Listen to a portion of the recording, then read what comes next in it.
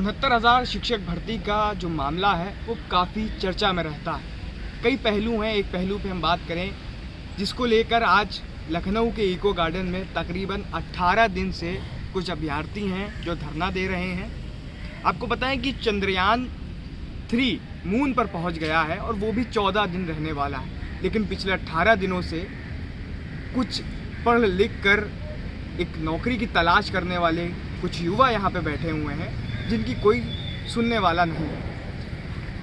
असल में ये पूरा मामला कुछ यूँ है कि जो 69,000 शिक्षक भर्ती का परीक्षा हुई थी उसमें एक प्रश्न कुछ गलत था, जिसको लेकर इन लोगों ने हाई कोर्ट से लेकर सुप्रीम कोर्ट तक का दरवाज़ा खटखटाया और सुप्रीम कोर्ट तक ये कहा गया कि इनको एक अंग दिया जाए और उसके बाद नियुक्ति प्रदान की जाए। हमारे साथ अभ्यर्थी हैं कुछ। भाई साहब, ये पूरा मामला क्या है? आप कहाँ से आते हैं, क्या नाम है आपका, और ये पूरे मामले को तफसील से ज़रा बताइए। मेरा नाम प्रसून दीक्षित है, मैं उन्नाव का रहने वाला हूँ। 2018 में 69,000 शिक्षक भर्ती का विज्ञापन जारी हुआ था, जिसकी परीक्षा 6 जनवरी 19 को हुई थी। इस परीक्षा के प्रश्न पत्र में कुछ खामियां थी, कुछ सवालों को लेकर के, जिसको लेकर के हमने परीक्षा के बाद माननीय सचिव साहब से, अधिकारियों से मुलाकात की, पर हमारी बात नहीं सुनी गई। जिसके बाद हम लोग हाईकोर्ट की शरण में गए और 6 प्रश्नों पर अपनी आपत्ति दिखाई कि ये प्रश्न गलत थे, जिस पर माननीय इलाहाबाद हाईकोर्ट में मुख्य न्यायाधीश की डबल बेंच ने एक प्रश्न के जवाब को गलत माना और सरकार को ये बोला कि उस एक प्रश्न का लाभ समस्त याचियों को जो कोर्ट में मौजूद हैं उनको देते हुए मेरिट के अनुसार इनको नियुक्ति दिया जाए।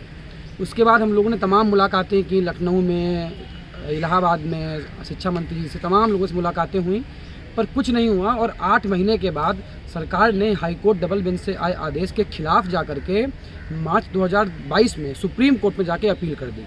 इस पर 12 सुनवाइयाँ हुई और 9 नवंबर 2022 को सुप्रीम कोर्ट ने भी हाईकोर्ट के ही आदेश को सही माना और सरकार के अपील को खारिज कर दिया। और सुप्रीम कोर्ट ने भी ये कहा कि एक अंक याचियों को दिया जाए और उनको नियुक्ति प्रदान की जाए।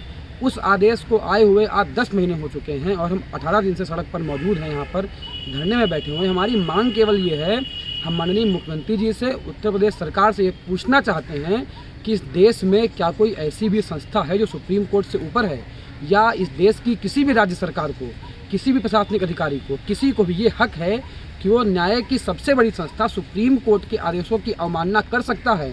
अगर वो कर सकता है तो हमें लिखित में दे दिया जाए और हमें एक पेज में लिख के दिया जाए कि आपकी ये गलती है, इसलिए आपकी हम नियुक्ति नहीं कर रहे हैं। तो हम भी जाके सुप्रीम कोर्ट में बता सकते हैं कि सर आपने हमको आदेश दिया था, हमें सुप्रीम कोर्ट में पूरा विश्वास है कि आपसे बड़ी कोई संस्था देश में है नहीं, पर अगर आपके आदेश के बाद भी उसकी अवहेलना हो रही है तो अब हमारे पास क्या अंतर्राष्ट्रीय न्यायालय जाने का विकल्प है? बिल्कुल, कुछ लोग और भी हैं। कितना मुश्किल होता है एक जगह 18 दिन से अपना घर, अपना गांव सब कुछ छोड़कर एक अनजान शहर में आकर, अनजान जगह पर अपनी बात को ऊपर तक पहुंचाना, और उस बात को जिसके लिए आपने पूरी जितनी जैसे कह लें कि जो ज़रूरतें हैं वो सब पूरी कर चुके हैं, उसके बाद भी नियुक्ति नहीं प्रदान है। बहुत तकलीफ़ होती है, क्योंकि 18 दिन से हम लोग यहाँ बैठे हैं। यहाँ आप पूछने कोई नहीं आता है। रही बात खाने की, तो बाहर जा ही नहीं सकते हैं, क्योंकि ये पुराना जेल है इको गार्डन, तो यहाँ हम लोग भी एक कैदियों की तरह हैं।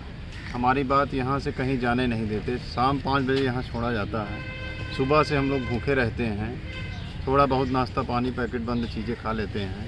बड़ी तकलीफ़ हो रही है। हमने 15 अगस्त भी यहाँ मनाया, और जब हमको विद्यालय में होना चाहिए था 15 अगस्त के दिन, हमने झंडा फहराया तो, लेकिन खुद को गुलाम समझा है, क्योंकि बेसिक के अधिकारी हमको अपने जेल में बंद कर दिए हैं। जब आपने कोर्ट के बाद जब ये बातें जो अधिकारी हैं उनके समक्ष रखी, जो मंत्री हैं उनके समक्ष रखी, तब वहाँ से क्या रिस्पॉन्स हुआ? मंत्रियों का सिर्फ यही कहना था कि जल्द ही कर देंगे।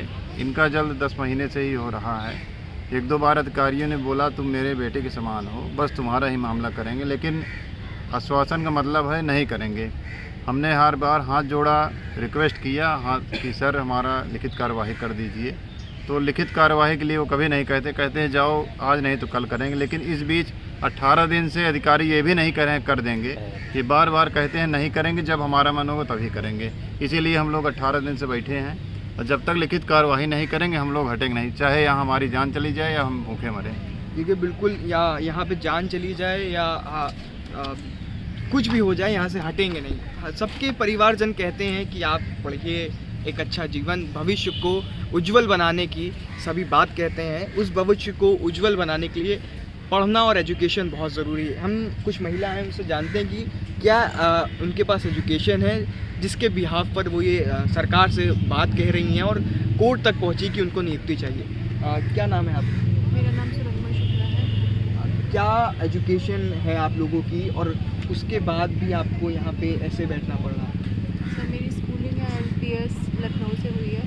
फिर उसके बाद मैंने ग्रेजुएशन अपना BTech में किया है FGIT से, गवर्नमेंट कॉलेज EC इंजीनियरिंग में। फिर मेरा पोस्ट ग्रेजुएशन JNU से हुआ है ह्यूमन राइट्स में।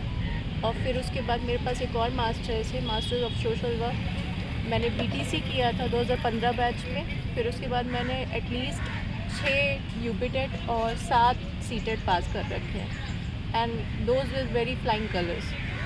मेरा यही है कि आप हमसे तो सरकार बोल देती है आप योग्य नहीं हैं, आप वेल क्वालिफाइड नहीं हैं, आपके पास ये नहीं है वो नहीं है। कभी उन्होंने ये पूछा है कि वो जिससे पेपर बनवाते हैं और जो पेपर गलत बनता है उनकी क्वालिफ़िकेशंस क्या हैं, उनकी डिग्रियों के लाइसेंस क्यों नहीं कैंसिल किए जाते? कभी उनसे ये पूछा जाता है? जो अधिकारी होते हैं हमारे बात को टालते रहते हैं, सुप्रीम कोर्ट के ऑर्डर को टालते रहते हैं, अम्मान अपने ऊपर चढ़वाते रहते हैं, उनकी कभी कोई क्यों नहीं पूछता कि आपकी क्या डिग्री है, आपने कौन सा पेपर क्वालिफाई किया है? उनसे कभी कोई योग्यता क्यों नहीं पूछता जाके?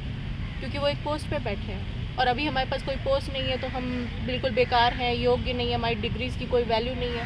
बस बिल्कुल देखिए 18 दिनों से ये लोग यहाँ पे बैठे हुए हैं और साफ तौर पर ये कह रहे हैं कि इनकी बातों को नहीं सुना जा रहा है, इतनी ऊपर तक पहुँचाते हैं तो उसके बाद भी एक आश्वासन दिए जाते हैं कि काम हो जाएगा, लेकिन एक्चुअल में असल में काम होता नहीं। देखने वाली बात ये होगी जिस तरह से 18 दिन तक अभी तक 18 दिनों से ये पूरा प्रदर्शन चल रहा है और उनका कहना है कि जान चली जाए यहाँ से हटेंगे नहीं तब तक जब तक नियुक्ति नहीं प्रदान होती। देखने वाली बात ये होगी कि इस धरने से सरकार तक क्या कुछ असर होता है और आने वाला समय क्या दिखाता है। लखनऊ से इन खबर के लिए SMS।